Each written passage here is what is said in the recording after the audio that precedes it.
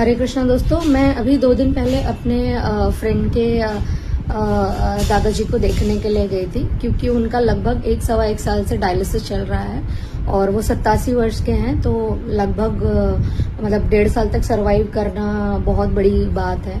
Last year मेरे ससुर जी को भी सेम चीज़ की दिक्कत थी, लेकिन मैं आपको बता रही हूँ कि 5 महीने के अंदर उनका सारा चीज़ खत्म हो चुका था। तो ये मतलब 2 चीज़ मैंने बहुत कॉमन नोटिस करी कि जब मेरे ससुर जी का और जब मैं अपनी फ्रेंड के दादाजी को जब मैं देखने के लिए गई थी, तो ये मैंने ऑब्जर्व किया कि डायलिसिस यानी खून को फिल्टर करने की जो प्रक्रिया होती है वो मशीन करती है। तो वो बहुत ज़्यादा पेनफुल होता है और शरीर जो होता है हर आदमी का अलग अलग होता है। कोई उसको बेयर कर सकता है, कोई नहीं कर सकता है।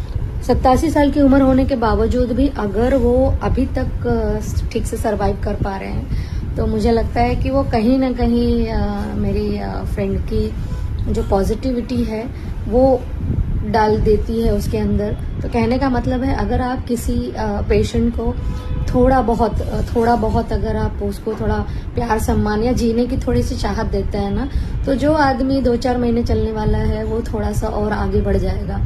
लेकिन मुझे शॉकिंग ये लगता है, जैसे मैंने कहा ना कि इट्स नॉट, मैंने कॉमन चीजें ऑब्जर्व करी है। ऐसे ही मैं हॉस्पिटल में भी गई थी, तो वहां पे मैंने कुछ लोगों को देखा कि एक बंदा जो है जो सेवा करने में लगा हुआ, उसके ऊपर कोई क्वेश्चन मार्क नहीं है, लेकिन कुछ लोग सेवा के नाम पे सिर्फ दिखावा करते हैं। वो 80-90 साल के बुजुर्गों का बोलते हैं जानबूझ के कर रहा है, नाटक कर रहा है, जानबूझ के कर रहा है, नाटक कर रहा है। मजा आ रहा है उसको ये सब करने में, मजा आ रहा है। अगर एक बंदा लेटरिन कर देता है, तो मैंने देखा था कि यार सामने वाला बोल रहा है कि ये जानबूझ के कर रहा है। आप मुझे बताओ, आप अपने चेत में जानबूझ के सारी चीजें करेंगे?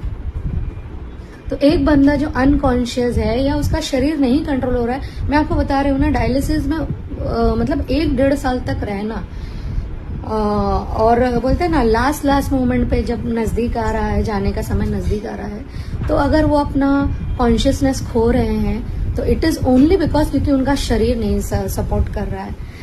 अब शरीर सपोर्ट करे या ना करे, उसकी तो हालत खराब है यार। आप लोग ऐसे स्टेटमेंट कैसे दे सकते हो कि यार वो जानबूझ के कर रहा है, ये जानबूझ के खांस रहा है, ये जानबूझ के लेटरिन कर रहा है या बाथरूम कर रहा है। जैसा प्रेमानंद महाराज जी कहते हैं ना, दुर्गति हो जाएगी। सच में बोलते, दुर्गति हो जाएगी। सबका नंबर आने वाला है और सब उसी स्टेज से गुजरेंगे। मैं जानती हूँ जो लोग सेवा कर रहे हैं, कभी कभी वो भी फ्रस्ट्रेट हो जाते हैं, लेकिन कहते हैं ना कि आपको सब्र करना है। मैं ये नहीं कहती, मैंने वो चीजें खुद झेली है।